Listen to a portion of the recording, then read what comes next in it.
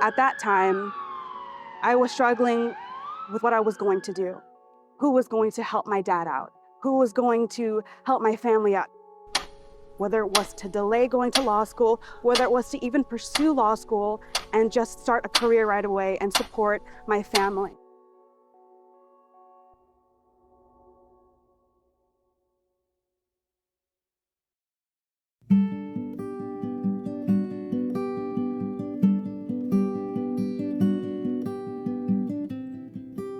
I am Richelle Claytor. I am the baby of the bunch. My mom had 5 children, 3 older brothers, 1 older sister, and I'm the youngest. I think that's what really propelled my mom's protection and love for me because I was her last child. And that's what made me closer to my mom because I knew that she would always be watching out for me. Anyone who knew my mom knew that she had the loudest laugh in all the land, and anything that could make her laugh was a fond memory because you can replay that over and over again and hold it with you no matter where you go.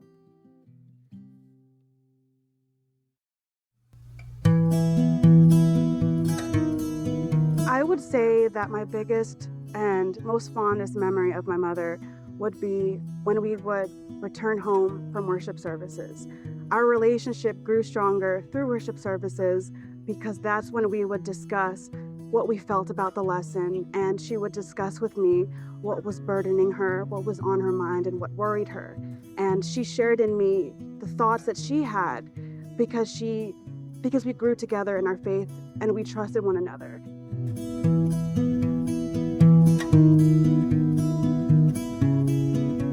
My mom led by example.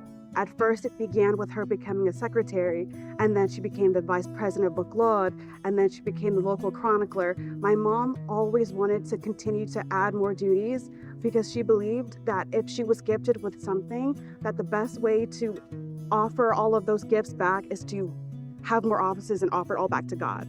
And watching her do that made me want to do the same thing because I know that she was building the foundation for her salvation.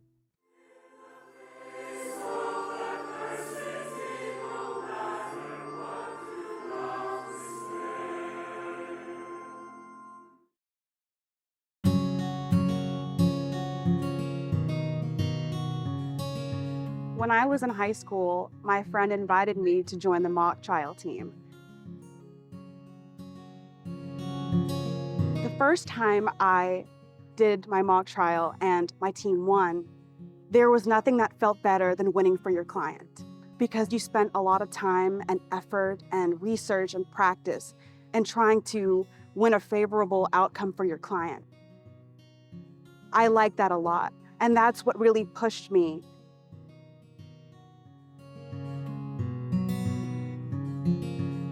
I initially wanted to become an English professor because I love to teach.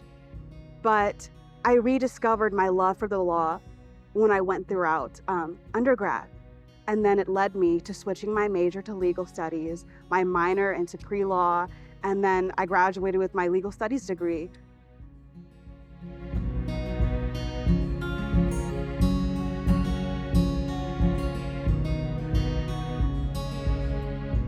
My family was 100% fully supportive of me going back to my original dream in high school, which was to become an attorney.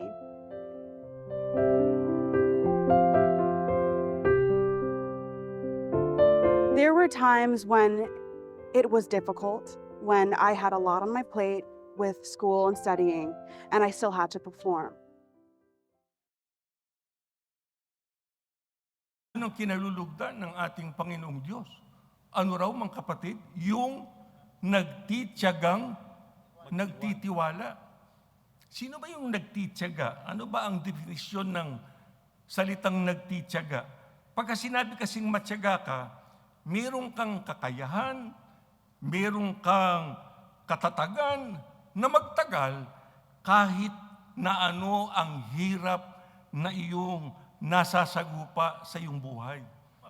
Tiyak na magtatagumpay tayo pagka tinuruan tayo ng ating Panginoong Diyos ng kanyang mga salita. Kaya kinakailangan yung mga salita ng ating Panginoong Diyos naririnig natin. Para nang sa ganun, makatiyak tayo, hindi tayo mapapahamak. Kasi yun ang magtuturo sa atin para tayo ay makapanindigan. Kaya napakahalaga yung mga salita ng Diyos ay naririnig natin, lalo na sa panahon ng ating mga pagsamba. Kaya tignan ninyo, yung mananamba, yun ang nakalalampas sa lahat ng pagsubok. Kaya tayo, napakahalaga na lagi tayong nakadadalo sa pagsamba.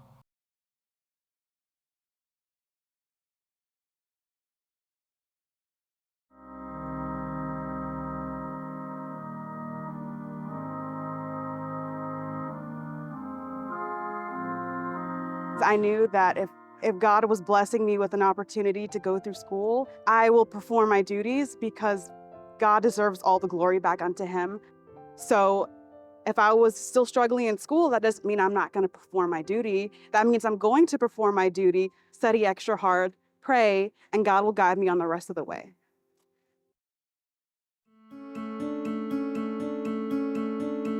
We had just come back from my brother's wedding in San Diego, and my family was all gathered in our living room.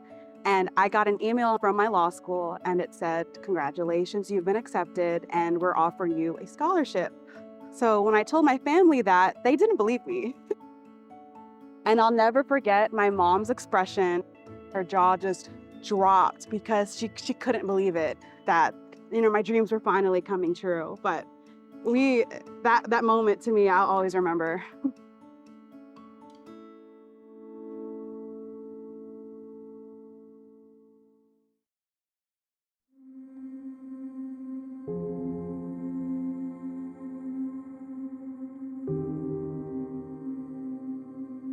The District of Florida was having their Unity Games.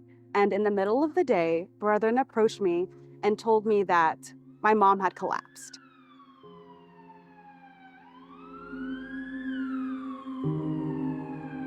When the ambulance took my mom, I followed her in a car that we took, and we were in the initial room that they take you once the ambulance drops the patient off. My mom was complaining a lot about a lot of pain, and of course, that's not what you want to hear, but I was trying to be as reassuring as possible to my mom that the doctors were going to take care of her. They moved her again to the operating rooms.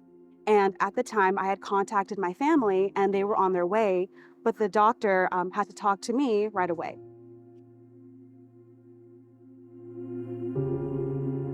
The doctor told me that there was a 90% chance that my mom was going to die. In other words, there was a 10% chance that she was going to make it.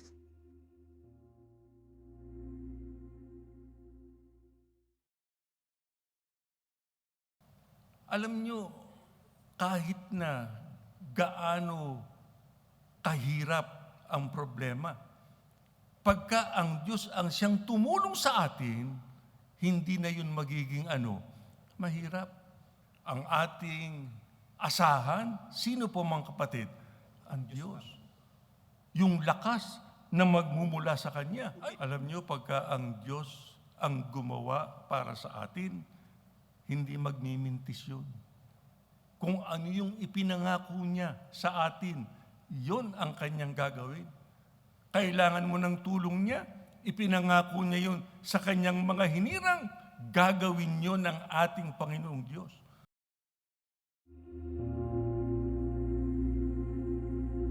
When my family finally came, the surgeon said that she needed to be in surgery right away. And when she was taken away for the operating room, my mom looked at me and said, "Make me pretty." In other words, she was expecting the worst. But for me, I never expected the worst. 10% is all you need. 90% didn't mean anything to me. In fact, it pushed me to be even more relying and trusting on God. I prayed so many times that I can't even count.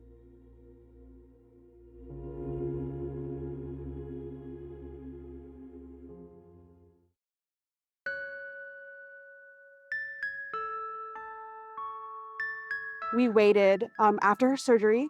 It was a 10 to 12 hour surgery. The surgery was successful. 2 days after my mom was recovering, we got a call on the intercom saying, code blue. In other words, my mom was going to cardiac arrest. My dad left, and for 20 minutes they were trying to resuscitate her. When my dad returned to the room, he told us, she's gone.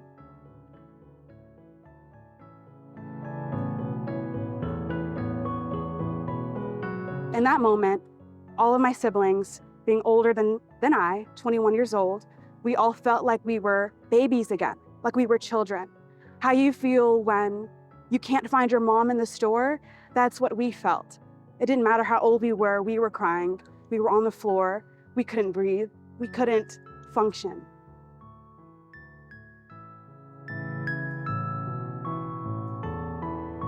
Nothing can replace the feeling of your mom.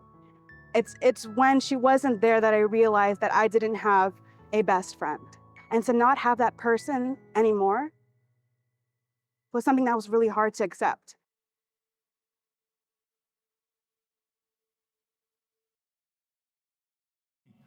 Kumpleto tayo sa lahat ng ating pangangailangan sapagkat yun ang pangako ng Diyos sa atin. Ang sabi niya, siya isa sa atin.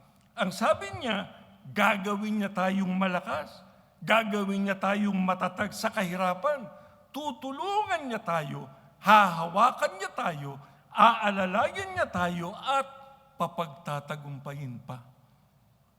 Ano ang dapat mong alalahanin? Wala. Ano lang ang kinakailangan? Sumampalataya, panaligan, panghawakan, yung mga pangakong yun ng Diyos. Kasi ang unang bayan ng Diyos, yan ang ginawa nila. Kaya sila nakalampas. Ang unang iglesia ni Kristo, yan din ang ginawa nila. Kaya sila nakalampas. Ano ang dahilan? At hindi rin tayo makalalampas kung gagawin din nating sampalatayanan yung mga pangako ng ating Panginoong Diyos sa atin. Kaya dapat panghawakan natin ang ating pagka-iglesia ni Kristo kahit na anong mangyari. Kasi hindi tayo lugi, hindi tayo kawawa, hindi tayo mapapasama. Kung dumating man ang mga suliranin, meron mang mga bagay na hindi pangkaraniwan na masagupa tayo. Ang sabi ng Biblia, ang Diyos kasama natin. Hindi niya tayo pababayaan. Tutulungan niya tayo, aalalayan niya tayo. Siya ang magbibigay sa atin ng pagtatagumpay. Yan ang ginawa niya sa atin mula pa sa panahon ng sugo. At ating sinasampalatayan ng gagawin pa rin ng ating Panginoong Diyos hanggang sa darating na panahon sapagkat itong huling gawain na sa pagliligtas.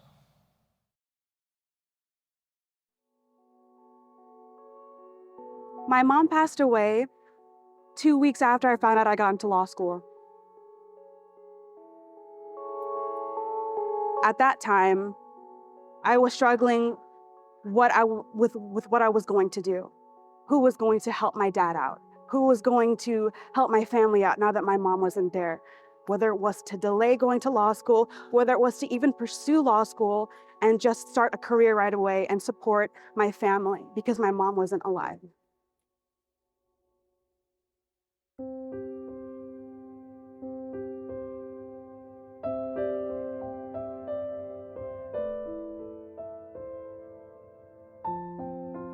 My mom, being the biggest supporter that she was, I know would never like for me to stop dreaming because she was no longer alive. She would never want me to stop pursuing what I wanted to pursue, even if she was no longer there. And that's what made me keep pushing forward. Nothing was going to get in the way because my mom had raised me to be strong like that.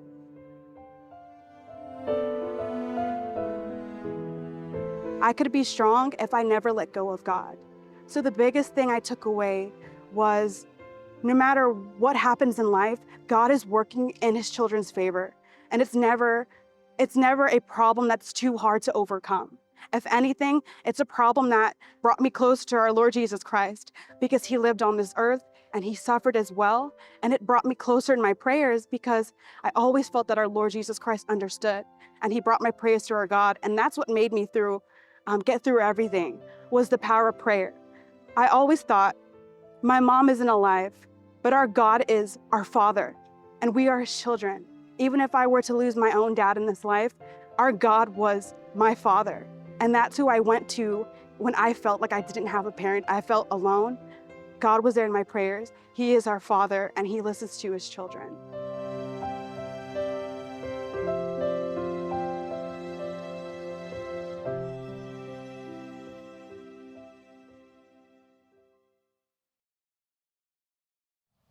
Pagka ang Diyos ay nangako kasi, mga kapatid, uulitin ko, sana tandaan natin, yun ay hindi magmimintis. Gagawin niya yun, tutuparin niya yun, sapagkat yun ang kanyang pangako sa kanyang mga hinirang. Kaya dapat meron tayong kumpiyansa doon sa pangako ng Diyos. Dapat tayong manalig, magtiwala doon sa kanyang ipinangako sa atin, sapagkat gagawin yon ng ating Panginoong Diyos. Nangako ang Diyos sa atin, tinupad ng Diyos ang kanyang pangako, tayo, yung pangako natin sa kanya, ano dapat gawin? Tuparin din natin.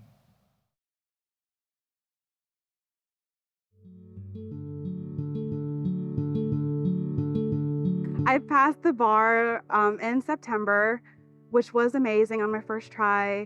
And I was able to land a job, and I'm in this firm, and I can continue to grow my legal education, and this will only propel me in the future. So just as it's always been for me in my life, church always comes first, and then everything else comes afterwards. Worshiping God opens the doors to all his goodness, and that's why I know when I never stopped worshiping God, that's why I was able to become so successful. It wasn't because of me, but that God guided me, and all my sacrifices were proven to be not in vain. But it's only through the help and the glory of God that I'm here up until this point. And I know it's because I never stopped worshiping, and I never stopped performing my duties no matter what came into my life.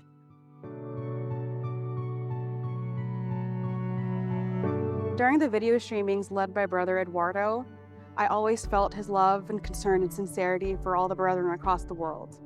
And during that time when I was feeling very sad and hopeless, he was able to encourage me through the lesson that he taught, through the Bible verses that he read, encouraging me to stay strong, to stand firm, that no matter what tests and trials I face, that is what brings me closer to God. It doesn't bring me away from him, but instead it draws me in, and it makes me stronger for the life that is to come in the Holy City.